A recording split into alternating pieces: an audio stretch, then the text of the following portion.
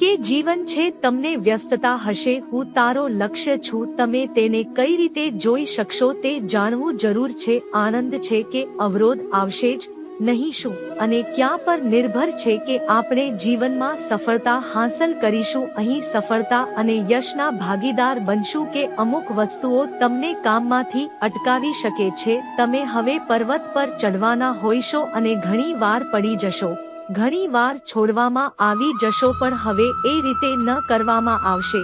શું કરશો? સામાન્ય ચિંતામાં ફસવાનાથી કહેવાય છે આ પર્વતને જ તોડી નાખવાનો વિચાર કરે છે કે પર્વતને કોઈ રીતે ખતમ કરવા વિશે વિચારે છે. કાંઈક તો એવું થાય કે પર્વત નશામાં ફસાવી લે અને નિષ્ફળતા પણ તમારા ભાગ બનતી જાય. બીજો રસ્તો છે ફેરફાર લાવવો. પર્વતને શોધવાની જગ્યાએ તેના પર સીડીઓ બનાવી દો. આ રીતે તમે તમારા માટે સારું ઉપેટ પૂરું કરી શકો. કદાચ કોઈ હોલ હોય અથવા તમે મુખ્ય માર્ગ બનાવી શકો અને આ જ તમારા જીવનમાં પરિવર્તન લઈને આવશે, શાંતિ અને શક્તિ આપે છે. આજ રાત્રે તમે શિવ મંદિર જોવાનો વિચાર કરી શકો છો અને નવી પદ્ધતિ અપનાવો. આગળ વધવાની રીત બદલશો.